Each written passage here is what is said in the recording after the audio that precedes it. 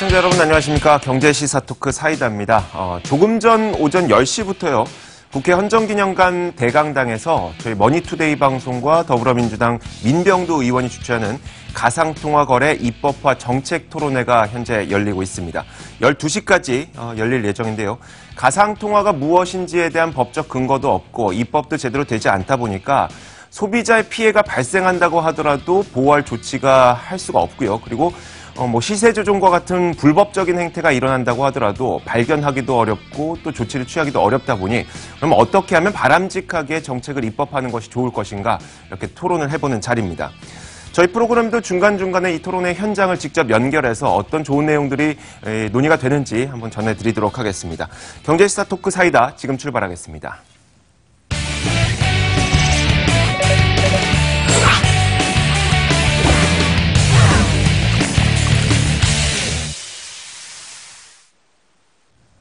자, 오늘 이 두 분과 함께 이야기를 나눠볼 겁니다. 세종대 경영학과 김대중 교수 그리고 박연미 경제 칼럼니스트 나왔습니다. 어서 오세요. 자, 저희가 계속해서 중간중간에 지금 현재 국회 헌정기념관에서 이렇게 토론회가 열리고 있습니다. 가상통화에 대한 정책을 어떻게 입법하는 것이 좋을지 이야기를 한번 해볼 겁니다. 자, 지금 현재는 오늘 어떤 이야기를 하게 될 것인지 주제를 발표를 하고 있는 중이고요. 잠시 후에 본격적인 토론이 진행될 때에는 저희가 또 토론회를 계속해서 연결해 드릴 겁니다. 자, 과연 오늘 어떤 이야기를 하게 될지 박연미 칼럼니스트와 직접 이야기를 나눠볼 텐데 일단 정부도 그렇고요. 국회에서도 그렇고요. 목적은 한 가지입니다. 가상통화 거래로 인한 피해는 발생하지 않도록 해보자. 하지만 그 방법에 좀 차이가 있을 텐데 일단 이번에 토론회가 진행되는 것은 어떻게 바람직하게 입법할 수 있을 것인가에 대한 이야기가 진행이 되겠죠. 그렇죠. 지금 고품격 경제방송 머니투데이 방송과 더불어민주당의 민병두 의원이 같이 주최하고 있는 이 토론회의 방향은 그렇습니다. 가상통화가 실제로 활발하게 거래되고 있다는 이 현실을 직시하고 가능하면 안전하게 그리고 활발하게 현재 시장의 흐름을 방해하지 않는 선에서 최소한의 안전장치를 마련하자는 방향으로 입법화가 추진될 것으로 보이는데요. 정부가 다소 규제 일변도의 입법화를 추진하고 있는 것과는 약간 결이 다르다고 볼 수 있을 것 같습니다.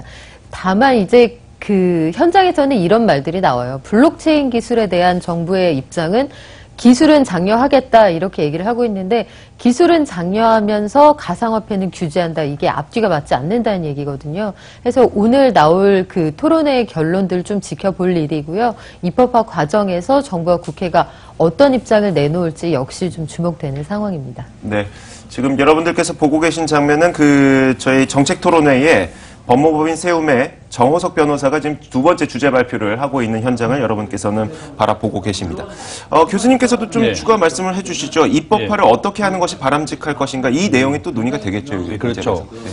이제 민병두 의원이 오늘 법안도 발의하고 그다음에 공청회를 열고 있는데요. 네. 이제 법안 발의는 한 10명 이상의 국회의원의 서명과 도장을 받으면 되거든요. 네. 그래서 이제 가상화폐 거래업을 드디어 이제 제도권 내로 편입하자고 하는 것이 오늘 주제입니다. 그래서 이제 가상화폐를 인가하고 그다음에 영업, 그다음에 처벌 규정을 법안에 담아서 제도권 내로 드디어 편입하자는 거죠. 이제 우리가 이제 금융업, 정권업, 이렇게 가상화폐 거래업을 이제 법으로 명시해서 제도권 내로 편입하면 더 안전하게 됩니다. 그래서 일본은 2016년도에 등록 의무화를 했고 2017년 4월부터 이제 암호화폐 교환업 이렇게 등록제 의무화를 했거든요. 네네. 우리가 이제 조금 늦은 감이 있지만 이제 똑같이 일본과 같이 제도권 내로 편입을 하자. 정부는 규제 일변도라 그러면 민병두 의원님 안은 좀 거래 좀 안전하고 고객을 보호하는 차원에서 좀 잘 활동하자 이런 취지로 볼 수 있습니다. 제도권으로 편입한다는 이야기가 이 기술에 대해서 많이 모르시는 분들께서는 그러면 이 비트코인의 미래 성장성에 대해서 인정을 하는 것이냐라고 이해를 할 수가 있기 때문에 그런 오해는 좀 안 하셨으면 좋겠고요. 일단 소비자의 보호라든지 혹은 불법 행위를 발견하기 위한 이 제도권 편입이라고 이해를 하시는 것이 훨씬 더 바람직할 것 같습니다. 자, 교수님, 근데 민병두 의원은 예. 오늘 토론회를 마치고 또 예. 입법을 할 예정이라고 그렇죠. 예. 하더라고요. 예, 예. 어떤 내용을 입법할 예정입니까? 이제 보통 이제 우리가 안이 두 개가 올라오면 정부안과 국회의원의 안이 오면 통합 법안을 만들게 됩니다. 네네. 그 다음에 이제 상임위원회에서 이제 정무위나 기획재정위원회에서 할 것 같은데요. 거기에서 통합 법안을 서로 토론을 해서 상임위 법안을 만들고 그 다음에 이제 법사위를 통과하고 본회의까지 한 6개월에서 한 1년 정도 걸릴 것으로 보고 있고 그 주요한 내용은 이제 고객 자산을 별도로 예치하자. 네네. 또 방문 판매를 금지하자. 그다음에 뭐 위험성에 대해서 고객들에게 설명을 의무화해야 된다. 그다음에 이제 자금 세탁 방지 원칙을 준수해야 된다. 이렇게 그 네 가지가 주요한 그 법안 안에 들어갈 건데요. 네네. 뭐 하여간에 보통 이런 법안은 정부안과 국회의원 안이 서로 조율을 해서 최종적으로 법안을 하나 만들게 됩니다. 교수님, 그 방문 판매 금지하자는 거는 뭡니까? 누가 가상화폐를 배를 누르고 방문해서 하지? 그렇지 않지만 이제 요거를 이제 우리가 보통 뭐 보험도 마찬가지지만 그죠? 네네. 이렇게 이제 고객들이 스스로 연락을 오거나 이렇게 그렇게 하는 방법이 아니라 네. 이제 어떤 인위적으로 콜이라든지 뭐 이렇게 부정한 방법을 했을 때 그런 게 좀 포함된다고 볼 수 있습니다. 전화 돌리는 것도 방문 네, 판매. 그렇죠. 네, 네. 알겠습니다. 알겠습니다. 이해가 됐습니다. 사실 그 정부에서는 가상화폐의 거래 자체를 좀 불법으로 보고 있고, 그런데 오늘 토론회에서 논의될 내용은 그냥 이걸 마냥 불법으로만 볼 것이 아니라 거래를 좀 입법화해서 보호하는 측면을 좀 만들어보자라는 내용이 논의가 될 것 같은데, 어떻게 보면 같은 목적이지만, 소비자 보호라는 같은 목적이지만 결국 좀 방법론에 좀 차이가 있어서요. 이게 하나의 법으로 모이기는 좀 쉽지 않을 것 같은데. 아마 그 정부안하고 의원 입법안이 합쳐지면 이도저도 아닌 어정쩡한 성격이 될 가능성도 있어요. 왜냐하면 일단 블록체인 기술에 대한 이해를 정확히 내가 그쪽에 대해서 완벽하게 알고 있다 이렇게 주장할 수 있는 사람이 지금 얼마나 될까 이런 네네. 생각이 들고요. 그렇기 때문에 정부도 정치권도 여기에 대해서 어느 그 중간 지점쯤에 헤매고 있다 이런 느낌이 많이 드는데 일단 여러 가지 해킹 사고가 발생하고 있으니 소비자 보호가 시급하다는 데는 동의를 하고 있지만 당장 정부가 자금 세탁 방지 가이드라인 같은 것들을 시행하고 있는 걸 보면 가능하면 거래를 안 하는 쪽으로 그 갔으면 하는 정부의 의중이 읽히잖아요. 그리고 네네. 가상화폐를 거래할 수 있는 신규 계좌도 물론 금지하진 않았어요. 계좌를 틀 수는 있는데 쉽게 할 수 있던 일을 되게 어렵게 만들어놨단 말이죠. 이런 것들을 보면 정부의 입장은 명확합니다. 법무부가 가장 강경한 입장이고 금융위원회는 이거 유사수신 행위니까 유사수신 관련 법안으로 규제하겠다 이런 입장을 가지고 있잖아요. 반면에 정치권에서는 투자자들이 워낙 많고 규제에 대해서 반대해야 하는 젊은 세대들이 많으니까 표심으로 연결이 되기 때문에 네네. 가능하면 투자를 활성화하는 쪽으로 본인이 입장을 가지고 있다는 걸 피력하고 싶어 해요. 아마 이 두 집단의 사이에서 굉장히 그 좀 어색한 법이 나올 수도 있다는 우려가 드는데 하여튼 상황을 좀 지켜봐야겠습니다. 네, 알겠습니다. 좀 지켜봐야겠네요. 얼마 전에 어제였죠. 일본의 이 가상화폐 거래소에서 또 해킹 사건이 발생을 했습니다. 일본에서 입법화했다는 근거를 많은 분들이 좀 제시를 하고 계시는데, 일본에서 입법한 것은 지급결제 수단으로 인정을 해준 것 뿐이죠. 그러면 상품권이나 아니면 우리가 흔히 사용하는 포인트나 별반 다를 게 없는 게 일본의 가상화폐인데, 그러다 보니까 법적 규제가 일본도 사실 지금 정확하지가 않습니다. 그래서 결국 해킹 사고도 발생을 한 거고요. 그러다 보니까 이렇게 입법화하자는 논의가 가상화폐 거래소를 운영하시는 분들이나 아니면 블록체인 기술 개발을 하고 계시는 분들 입장에서도 굉장히 반갑게 느껴질 것 같아요. 그렇죠, 맞습니다. 예. 그 코인체크 일본에서 이제 해킹된 이 회사는 27세 이제 와다라는 사장이 만든 건데요. 네네. 그 2014년도에 이제 마운트 콕스라고 하는 일본의 세계 최고의 이제 그 동경에 있던 회사가 4,700억 해킹을 당하면서 파산을 했습니다. 네네. 그래서 이제 이 친구가 앞으로는 이런 가상화폐가 다시 세계에 많이 되겠구나 싶어서 이 회사를 만들었는데요. 이제 요게 이번 해킹 당한 그 가상화폐 이름 넴입니다. 네. 그 뉴 이코노미 무브먼트라고 하는 새로운 경제 운동 이런 개념이고 2015년 3월 달에 89억 개를 발행을 해서 1,600만 명에 나눠줬어요. 근데 이 1,600만 명에 나눠줬는데 이 89억 개 중에 이번에 해킹 당한 게 5억 개입니다. 가지고 계시고. 예, 5억 개고, 그다음에 한 900원 정도의 거래가 되니까, 실제로 이제 가상화폐를 해킹당한 사람들은, 그럼 우리 가상화폐 네모로 보상을 해달라 이랬더니, 자기들이 5억 개를 사서 또 주려 그러면 또 가상화폐가 오르게 되니까, 그러면 현금으로 보상해주겠다. 그래서 금액은 한 4,600억 정도 되고, 그래서 이제 이쪽에 해킹을 당했던 가장 핵심적인 내용은 이 네미라고 하는 것을 따로 보관을 해야 되는데, 인터넷 접촉을 하게 해두었기 때문에 해킹을 당했거든요. 이와 마찬가지로 이 법안도 우리나라의 가상화폐 관련된 법안도 따로 그 현금을 예치하거나 자금을 보관하게 그렇게 가상화폐를 별도로 보관해라. 절대로 인터넷과 연결되지 않게 해야 되는 그 규정을 어겼던 겁니다. 그래서 이렇게 와다 해상이 가지고 있는 코인 체커도 16개 가상화폐 중에서 유일하게 이제 해킹을 당한 게 이게 넴인데요. 나머지는 별도로 보관했지만 이 넴만큼은 자기들 인터넷 연결을 놔두었기 때문에 뭐 인력과 뭐 자금 부족이었다고 그러더라고요. 그러니까 사람을 못 모아서 이렇게 안전한 그 보안 장치를 마련 못했다. 이렇게 자기가 이제 시인하고 이제 보상을 하겠다고 그렇게 얘기했습니다. 결국은 그 우리나라에서 지금 추진하고 있는 정책 입법 법안과 그리고 일본에서 지금 필요로 하고 있는 정책 입법 법안도 큰 차이는 없는 거네요. 맞습니다. 따로 보관해라. 그래야지 사고를 방지할 수 있다. 네, 알겠습니다. 그 블록체인 기술은 우리가 안전하고 그 보안성이 굉장히 뛰어나기 때문에 미래의 기술이라고 우리가 인식을 하고 있는데, 그럼 해킹이 발생하지 않아야 하거든요. 왜 해킹이 발생하는 거죠? 전문가들의 설명은 이렇습니다. 그러니까 여기에서도 개인이 가지고 있는 코인 자체를 훔쳐간 게 아니잖아요. 그러니까 거래소를 털었다 이 얘기인데, 뭐 예컨대 설명하면 아주 튼튼한 금고에 돈이 들어있기 때문에 금고를 직접 따지는 못했는데 아주 거대한 차를 가져와서 이제 그 금고 자체를 들고 가버린 그런 상황이 된 거죠. 그러니까 거래소에 대한 해킹인 건데요. 거래소 자체에 대한 보안은 굉장히 취약한 상황이에요. 지금 이 거래소들이 사실 말은 저희가 편의상 거래소라고 부르고 있습니다만 그 보안의 수준이랄지 아니면 하고 있는 것들, 법적인 근거 이런 것들로 따져보면 면밀하게 얘기하면 인터넷 쇼핑몰이나 다름이 없거든요. 거기에서 돈을 주고 아주 비싼 그 존재하지 않는 무형의 그 무엇을 사고 팔고 있는 이런 상황인데, 이 보안에 대한 문제가 참 거래소를 그래서 법적인 제도적인 그 틀 안으로 가져와야 한다는 이유가, 지금 이 상황에서도 일본에서 코인체크 사태도 8시간이 지난 다음에 관리자들이 인식을 했어요. 그러니까 자기들도 모르고 있었다는 얘기고요. 그리고 인식한 뒤로 또 반나절이 지나서야 이걸 고객들에게 알렸습니다. 그러니까 그 사이에 뭘 어떻게 할 수 없었다는 얘기거든요.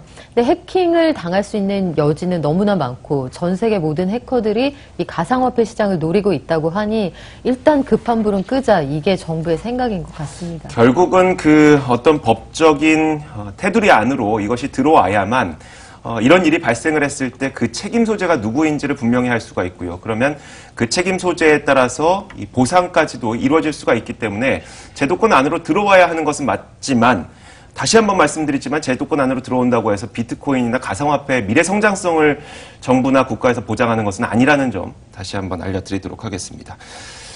일본에서 이런 해킹 사고가 발생했을 때 일본은 어떨까요? 그 소비자에 대한 보상 방안이 있습니까?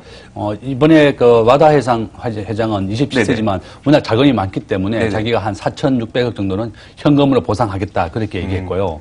우리나라에도 지금 현재 은행업이 이제 해킹을 당하게 되면 이제 은행에서 직접 그 보상을 해주게 됩니다. 근데 지금 우리 정부에서도 그러면 이제 통신 판매업자입니다. 이 가상화폐는 아직 그 금융업으로 인정이 안 됐기 때문에, 그래서 이제 손해배상을 우리 개인들이 청구하거나 편하게 온라인 쇼핑몰이라고 얘기하죠. 쇼핑. 그래서 이제 도산하거나 이제 영세한 업자들이 그런 문제가 증명하게 되면 개인이 직접 손해배상을 청구하는 방법으로 해야 되는데, 최근에 정부는 이제 그 공인인증서 제도를 폐지하겠다는 방침을 세웠는데요. 미국이나 중국 같은 경우에는 금융기관이 그 공인인증서 제도가 없기 때문에 이런 해킹이라든지 피해를 보게 되면 은행이 스스로 책임지게 됩니다. 그런데 우리나라는 공인인증서 제도가 있기 때문에 그 피해를 보게 되면 공인인증서가 있냐 없냐에 따라서 은행이 공인인증서와 보안을 철저했다 그러면 그 은행이 책임을 지고 개인이 책임이 지게 되거든요. 은행의 책임을 경감해 주죠. 그렇죠. 그래서 정부가 우리도 이제 공인인증서 제도를 폐지하고 이런 규제를 그럼 은행이 스스로 알아서 지켜라. 그래서 저는 이제 좋은 방법이 이런 그 미국이나 중국 제도와 같이 어떤 규제를 하지 말고 네네. 어떤 가상화폐 기업이 스스로가 보안을 철저하게 했을 때 그것이 더 안전하다. 뭐 이렇게 공인인증서를 깔았다면 책임을 면제해주는 그런 제도가 아니라 그래서 지금은 영세한 업체들은 좀 더 본인 스스로가 책임져야 되기 때문에 네네. 우리가 손해배상을 청구하기가 굉장히 곤란하다. 그래서 예. 정리해보면 지금, 만약에 현재 상태에서 소비자의 피해가 발생했을 때 보상받을 수 있는 방법은 두 가지인데, 첫 번째는 그 업체가, 거래소를 운영하는 업체가 자발적으로 보상을 해주거나, 그게 바로 일본에서 발생했던 사례였었죠. 두 번째로 소비자들이 민사소송을 제기해서, 법적으로 받아내거나 이 두 가지 중에 하나인데, 사실 지금 상황에서 보면은, 우리나라에서도 업체가 똑같죠. 두 가지 방법밖에 없는 거죠, 지금도. 그렇기도 하고 우리나라 업체들이 지금 가지고 있는 약관을 보면 대표적으로 불공정 약관이에요. 지금 대표적인 회사의 예를 들어볼게요. 우리가 많이 이용하는 거래소가 업비트, 카카오가 운영하는 회사죠. 네네. 그리고 코인원, 그 밖에 넥슨이 인수한 코빗이 있고요. 현대 BSNC가 운영을 하는 한국형 가상화폐, H닥 이런 곳들이 있습니다. 네네. H닥을 발행한 이런 회사들이 있습니다. 그런데 여기에서 일단 코인원하고 업비트는 해킹 등의 사고가 발생했을 때 고객에게 손해가 발생한다. 그러면 저희는 책임 없어요. 이런 면책 조항을 약관에 그래요? 두고 있어요. 네. 그리고 코빗하고 빗썸의 경우를 보면 아예 관련돼서 뭘 어떻게 해결할지에 대한 약관 자체가 존재하지 않습니다. 그러니까 만에 하나 이런 회사들이 해킹을 당해서 어마어마한 양의 그 코인들이 빠져나갔다. 그러면 사실상 이 굉장히 지난한 법적 다툼을 해야 될 가능성이 크고 네. 그 경우에는 내가 잃은 돈하고 그 법적인 소송을 통해서 받을 수 있는 것의 실익을 따져봐서 최악의 경우에는 소송을 포기하는 경우도 있을 수 있고요. 지금 일본의 사례도 복잡한 것이 그 회장이 현금으로 물어줄게 했지만 실제 지급 능력이 네네. 있는지는 알 수 없어요. 그 지급 능력이 충분할까? 4,700억 원에 이르는 돈을 정말 물어줄 수 있을까? 이건 돈이 입금돼봐야 아는 상황이거든요. 그나마 지금 그 일본 회사가 설명하는 건 네네. 우리가 한 5,800억 원 이 정도 손해를 봤지만 회사 보유분까지 그것들을 제외하면 실제로 고객에게 물어줘야 하는 돈이 4,500억에서 4,700억 사이다 이렇게 설명을 하고 있는데 정말 회사 보유분이 그만큼 있었는지 그리고 물어줄 돈을 충분히 가지고 있는지 이거 일본 언론들도 지금 물음표를 제시하고 있는 그런 상황입니다. 분명히 그 약관 우리나라 그 거래소에 명시되어 있는 약관은 불공정해 보이긴 하는데요. 네. 그게 그 이유가 통신판매업자로 등록되어 있기 때문에 그런 거죠. 그렇죠. 인터넷 쇼핑몰로 생각을 하시면 우리가 거래하다가 문제가 생겨도 고객님들에게 전혀 물어줄 수 없어요. 이런 약관을 가지고 있는 거잖아요.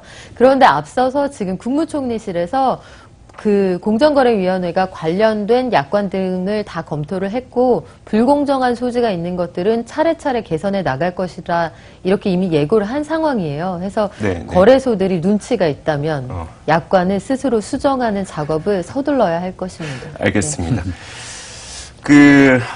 일반인들 입장에서 요즘 굉장히 혼란스러운 이유가 뉴스도 이런 식으로 나갑니다. 정부에서 규제하고 있다. 다음 뉴스가 SNS를 비롯한 다른 대기업들에서 블록체인 기술을 개발을 위해서 뛰어들고 있다. 이렇게 바로 나오니까 도대체 앞으로 블록체인과 가상화폐가 어떻게 된다는 거야?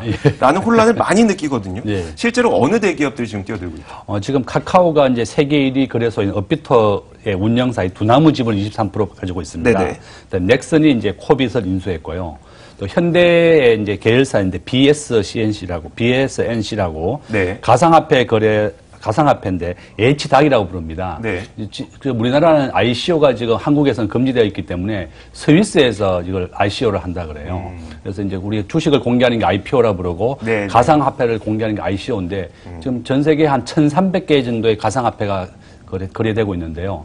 요게 얘기를 들어보니까 비트코인을 한 개 주면 20만 개의 H닥을 주겠다. 그래서 이제 비트코인이 거의 기축통화와 마찬가지로 가상화폐를 발행할 때마다 비트코인을 받고 이거 새로 신규 하는 가상화폐를 주고 있는 겁니다. 그래서 이제 스위스에서 발행을 해서 이제 우리나라에도 이제 우회적으로 들어오겠죠. 그래서 교수님 그래서 이걸 어떻게 봐야 되는 겁니까? 분명 정부에서는 웬만하면 하지 마라. 이거는 거래는 불법이다라고 얘기를 하고 있는데 대기업들에서는 이건 좋은 기술이다라면서 기술 개발을 하고 있고요. 이거 어떻게 되는 겁니까?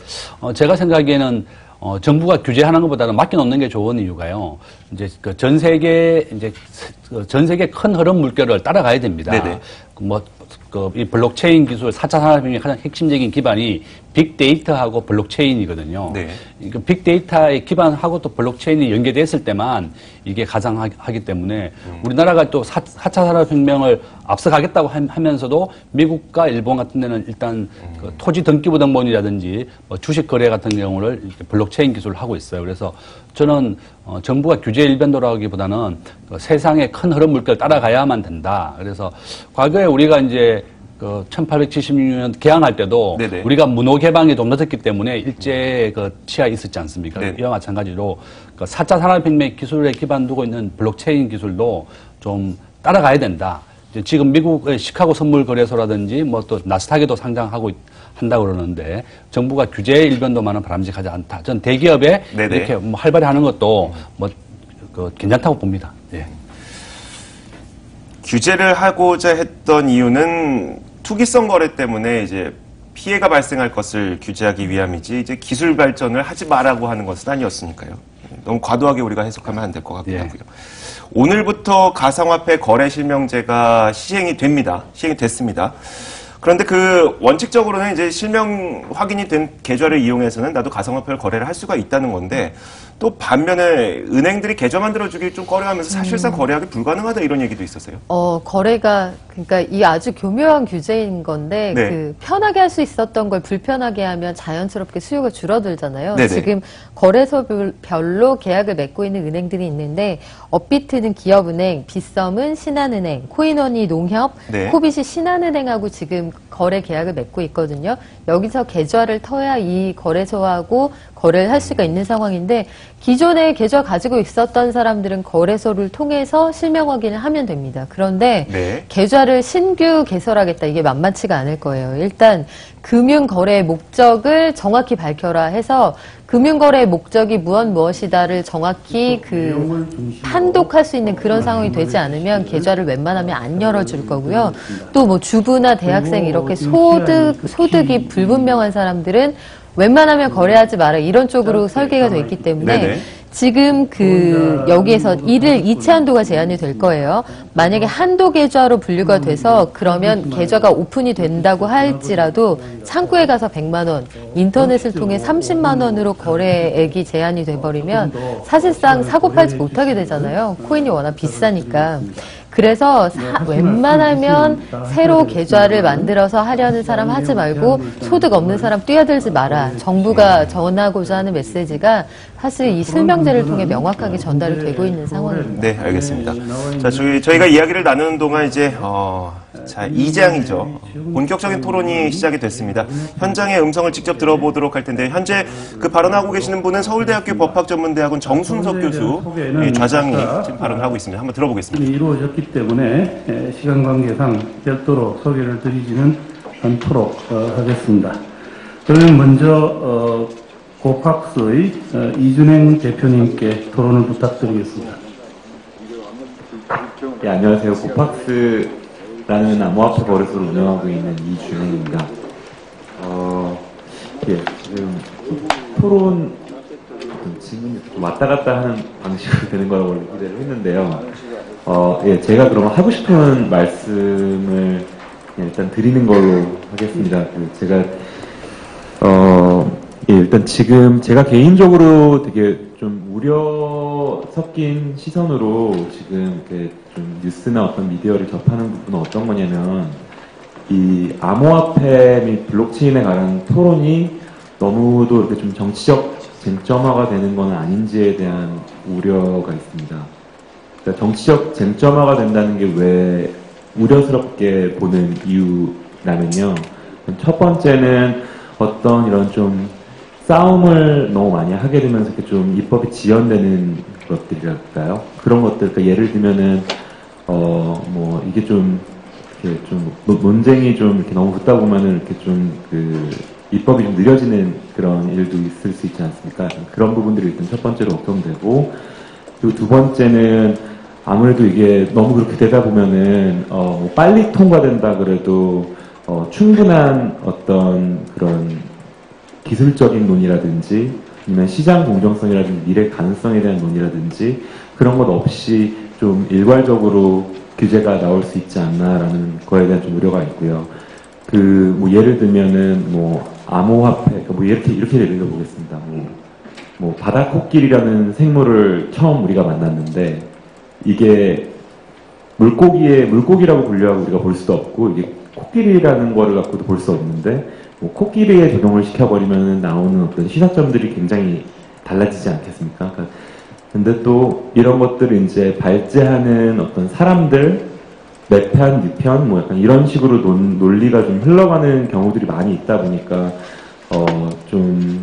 어떻게 보면은 지금 가장 어떻게 보면 시급한 규제를 제 시간 내에 하지 못하고 혹은 너무도 지금 모르는 부분까지 지금 아무도 알 수 없는 부분까지 이제 규제를 해서 미래에 조금이라도 있을 수 있는 어떤 가능성을 짓밟아버리거나 공정한 시장 경쟁 환경을 좀 무너뜨리지는 않을까에 대한 그런 우려가 있습니다. 그래서 저는 제 개인적으로 제가 좀 말씀드리고 싶은 부분은 적어도 거래소의 운영을 관리 감독을 할 수 있는 좀 한시적인 특별법 형태를 좀 만드는 게 그러니까 조금 더 구체적이게 말씀드리면 지금 오늘 변호사님들 그리고 의원님들 발표하시는 거를 듣고 굉장히 공감대가 완전히 단단하게 만들어져 있는 부분이 있다는 걸 저는 개인적으로 느꼈습니다.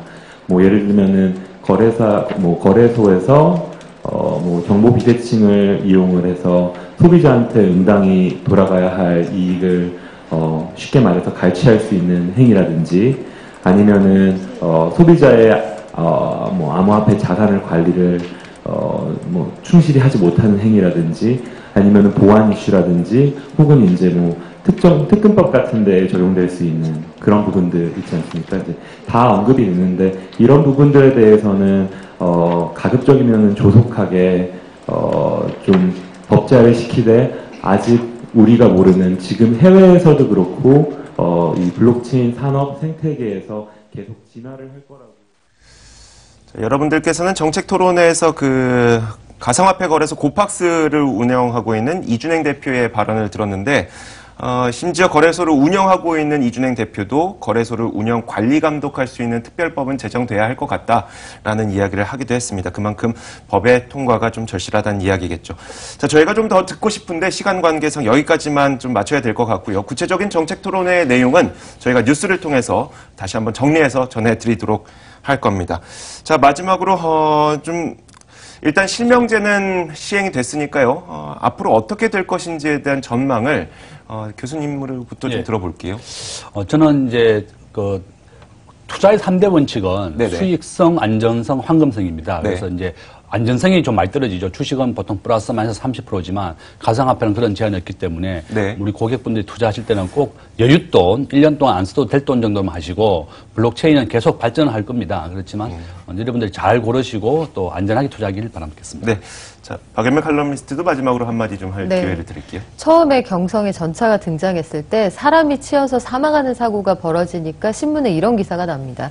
철마가 사람을 쳐서 죽인다. 그런데 철마의 등장은 막을 수 없어요. 빨리 가고 싶거든요.